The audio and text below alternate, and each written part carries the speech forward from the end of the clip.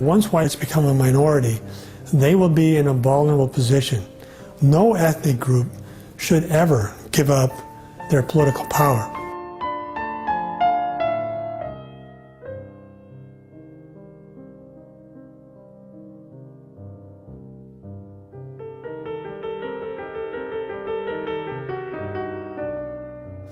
It's interesting that eugenics is very much frowned on ever since World War II. That eugenics is horrible because the Nazis supposedly talked about it.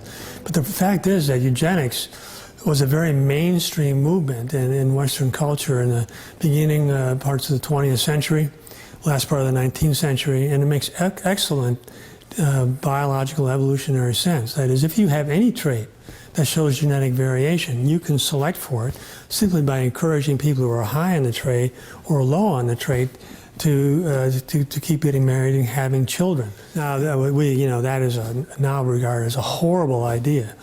But in fact, Jewish populations have been practicing eugenics for centuries. And in fact, the Jewish IQ is now higher than the white IQ. It's in dispute about how much it is, but it's a substantial amount.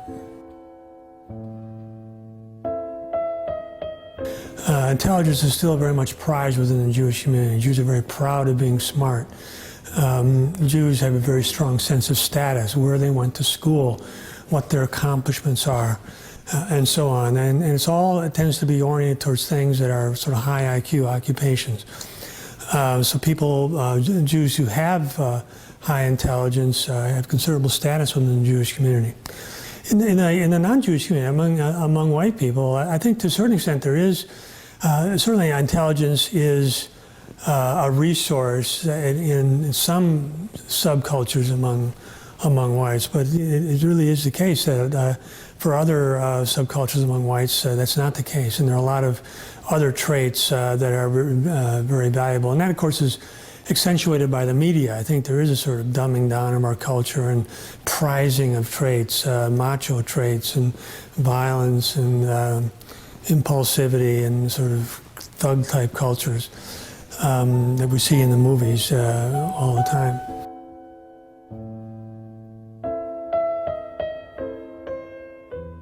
When I started writing about Jewish intellectual movements, I realized I couldn't just go around counting Jews. And what I had to show was that you had a cohesive core of Jews that were mutually reinforcing each other, that they were the backbone of this movement. And I had to show that these people identified as Jews. And I had to show that they viewed what they were doing as furthering specific Jewish goals. For example, one of the most common things was that they were concerned about anti-Semitism.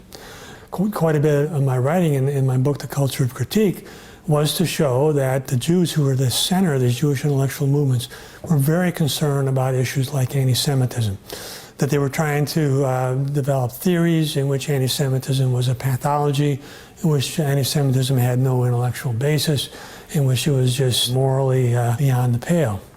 The important thing was to show that Jewish identification was important in furthering of a specific Jewish goal. Now, that's not to say that this was a goal that all Jews have. We're not saying that all Jews are anything, as a matter of fact. For example, psychoanalysis had specific goals that were concerned about anti-Semitism.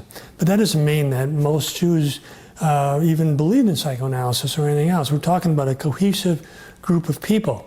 For a long time, the Jewish community, Zionism was very much a minority movement.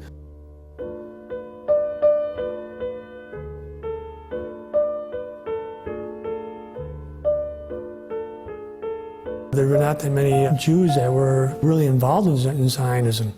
But it's still the case that the Jews who were involved had strong Jewish identifications, and they saw Zionism as a way of advancing Jewish interests.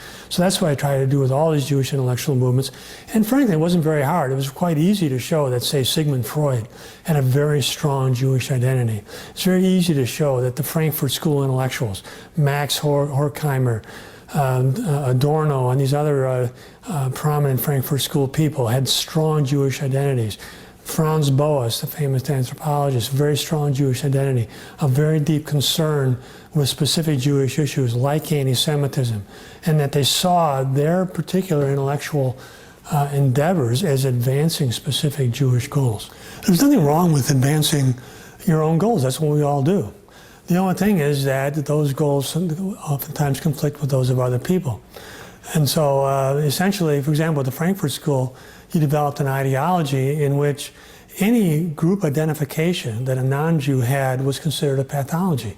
So that if someone like me identified as a white person and had, felt I had interest as a white person, well, that was viewed as a psychiatric disorder.